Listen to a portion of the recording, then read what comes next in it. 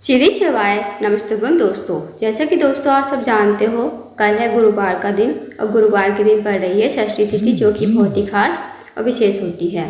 बस दोस्तों, आपको गुरुवार के दिन 11 चने की दाल से अचूक उपाय करना है। यदि दोस्तों आप इस उपाय करते हो ना, तो जो भी आपकी मनोकामना होगी, चाहे वो धन को लेकर हो, व्यापार को लेकर हो, नौकरी को लेकर हो, या फिर आपके जीवन की कोई अधूरी मनोकामना हो, काफ़ी दिन से अधूरी पड़ी हो, तो इस उपाय करने से आपकी मनोकामना अवश्य ही पूरी हो जाएगी। साथ ही अगर आपके जीवन में कोई समस्या है धन को लेकर, कर्ज को लेकर, तो वो समस्या भी आपके जीवन से समाप्त हो जाएगी। पूज्य गुरु जी कथा को सुनकर उपाय को अच्छे से समझाने का प्रयास करेंगे। तो आइए दोस्तों, जानते हैं उपाय कैसे करना है। दोस्तों, पहला जो उपाय है वो है मनोकामना पूर्ति के लिए। यदि आपकी कोई विशेष मनोकामना है धन को लेकर, व्यापार को लेकर, नौकरी को लेकर, तो आप इस उपाय को अवश्य कीजिए। इस उपाय करने के लिए दोस्तों आपको सबसे पहले लेना है 1 लोटा जल तांबे के पात्र में। साथ ही आपको लेनी है 11 चने की दाल, जो खंडित नहीं होनी चाहिए। साथ ही आपको लेना है एक छोटा सा गुड़ का टुकड़ा। अब आपको दोस्तों चले जाना शिव जी के मंदिर में। इस उपाय को आप सुबह से लेकर शाम तक कभी भी कर सकते हो। शिव जी के मंदिर में जाकर सबसे पहले आपके पास जो चने की दाल है ना, वो आपको थोड़ी सी गीली कर लेनी है। गीली करने के बाद जो आपके पास गुड़ का टुकड़ा है, वो आपको लोटे के जल में डाल देना है।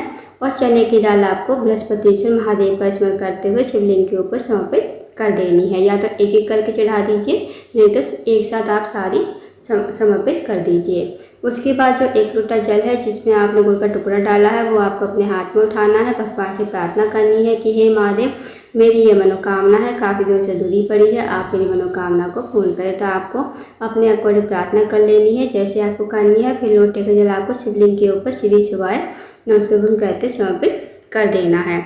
2 मिनट आपको मंदिर बैठना है, श्री शिवाय नमः का जाप करना है। अब आपको भगवान का प्रणाम करके, विनती करके आपको अपने घर पर आ जाना है। तो दोस्तों इस उपाय को करके देखिएगा, बहुत ही अचूक विशेष उपाय है। जो भी गुरुवार के दिन चने की दाल शिवलिंग के ऊपर समर्पित करता है ना, तो चने की दाल जो होती है वो स्वर्ण के समान मानी जाती है।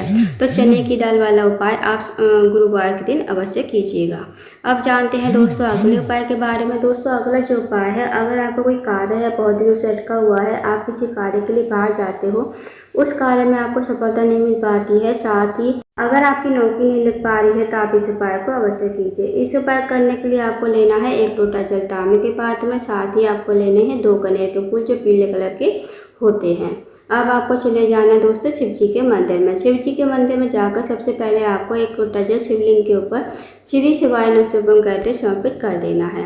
अब जो आपके पास 2 कनेर के फूल है ना, 2 कनेर के फूल आपको अपने हाथों में रखने हैं। भगवान से प्रार्थना करनी है कि हे महादेव, मेरा ये कार्य है बहुत दिनों से अटका हुआ है, आप मेरे कार्य को पूर्ण करें। या मेरी नौकरी नहीं लग पा रही है, आप मेरी नौकरी अवश्य ही कहीं ना कहीं लगवा दें। तो आपको ऐसी प्रार्थना विनती करते हुए आपको 2 कन्या के फूल शिवलिंग के ठीक ऊपर समर्पित कर देने श्री शिवाय नमः कहते हुए 2 मिनट आपको मंदिर बैठना है, श्री शिवाय नमः का जाप करना है। फिर आपको भगवान को प्रणाम करके, विनती करके आपको अपने घर पर आ जाना। तो दोस्तों करके देखिएगा, बहुत ही अचूक विशेष उपाय है। इस उपाय के लिए आप करते हो तो जो भी आपका कार्य अटका पड़ा है वो कार्य आपका पूर्ण हो जाएगा।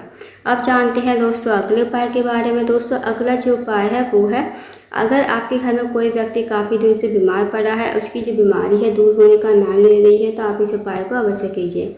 इस उपाय करने के लिए आपको सबसे पहले लेना है 1 लोटा जल तांबे के पात्र में। साथ ही आपको लेनी है 1 बेलपत्र, जो कहीं से कटी फटी खंडित ना हो। अब आपको चले जाना शिव जी के मंदिर में। शिव जी के मंदिर में जाकर सबसे पहले आपको 1 लोटा जल शिवलिंग के ऊपर श्री शिवाय नमः कहते समर्पित कर देना है।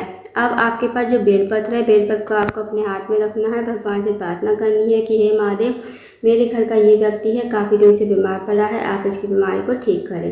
तो आपको ऐसी प्रार्थना विनती करते हुए बेलपत्र को आपको कुंद केसर महादेव का नाम लेते हुए शिवलिंग के ऊपर समर्पित कर देना है। 2 मिनट आपको मंदिर बैठना है, श्री शिवाय नमः का जाप करना है।